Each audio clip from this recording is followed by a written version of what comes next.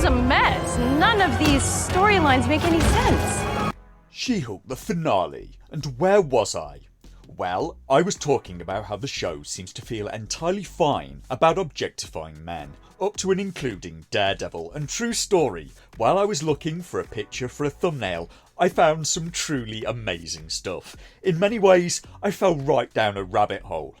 I came up with the idea of having a thumbnail about how they'd rewritten and objectified Daredevil, and watching She-Hulk made me start rewatching the Charlie Cox Daredevil and Netflix Punisher, and if you want something better than She-Hulk to watch either of those things, because season 1 of the Jon Bernthal Punisher was a work of art in comparison, and it's quite shocking how good it is in comparison to 2022 entertainment. I was going to use a racier picture of Daredevil than I did for the thumbnail, so innocent fool that I was, I typed raunchy Daredevil into a Google image search, and I was not expecting what I got. I was not expecting this. I was not expecting cartoons of Daredevil and the Punisher engaged in intimate rope play.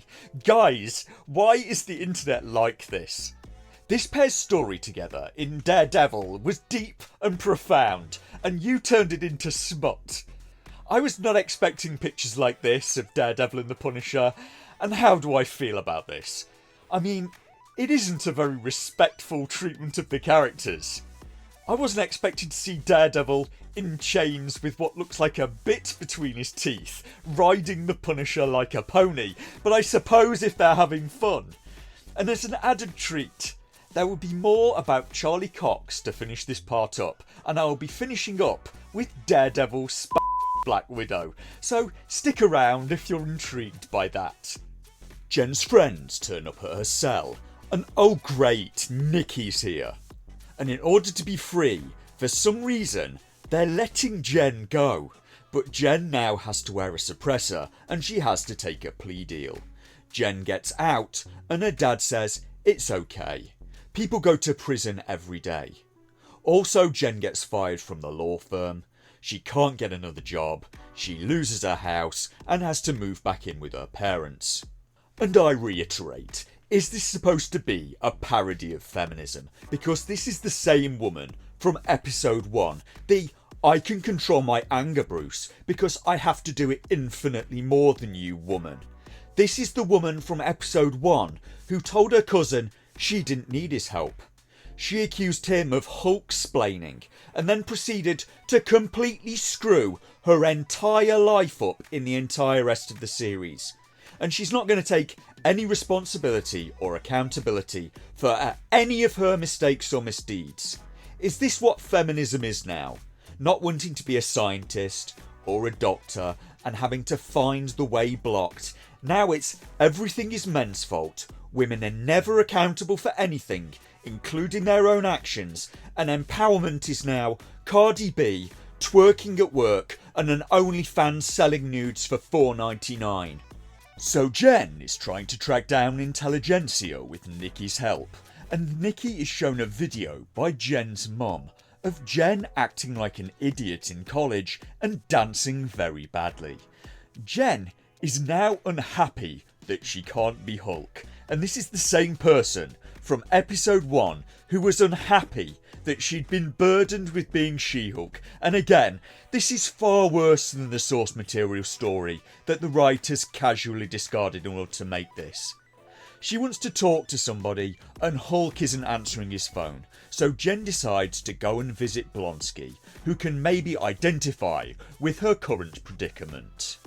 Meanwhile, Nikki comes up with an idea. She uses the video of Jen dancing like an idiot to ingratiate herself with intelligentsia by posting it to their forums. And what luck!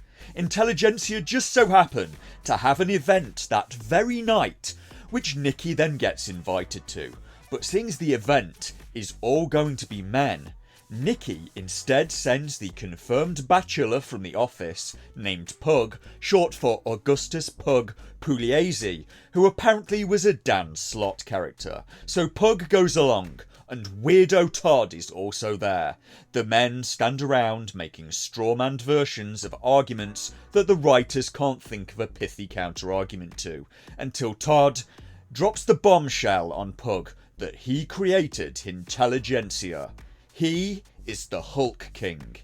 Meanwhile, Jen has arrived at Blonsky's, and what are the chances she turns up just at the moment that intelligentsia are holding a large meeting at Blonsky's lodge? And I'm confused by all of this. What is the plot supposed to be? Is Blonsky supposed to have been behind this all along? Because the Wrecker is there at Blonsky's lodge too, and the Wrecker was trying to get the blood from She-Hulk for Todd earlier in the series. And at this point I realise it's like the writers don't even know what their own story is supposed to be. And it's funny I say that, because Jessica Gao is quoted as saying that the writers struggled with the finale.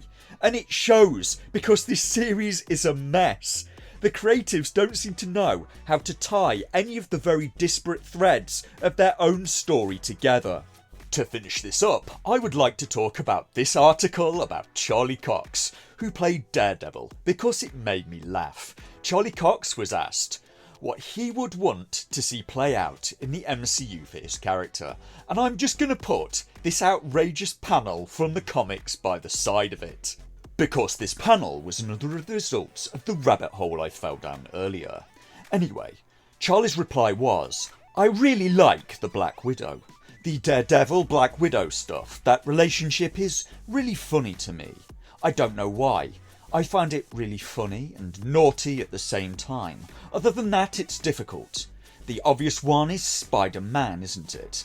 That's the one I would have to get more time with Bullseye. We just really touched on that story and we were just gearing up for it before we weren't allowed to continue. I really enjoyed working with Wilson Bethel in that character. There's so many, but I think the obvious one is it would be really cool to get some Daredevil Spider-Man stuff. More stuff." So it transpires that Charlie Cox is hoping for naughty scenes with Scarlett Johansson, and I bloody bet you are, Charlie. And yeah, that sounds like a pretty good job, doesn't it? Getting paid to Scarlett Johansson. Well, I'm sure there will be quite a few applicants for that. And how do I get that job?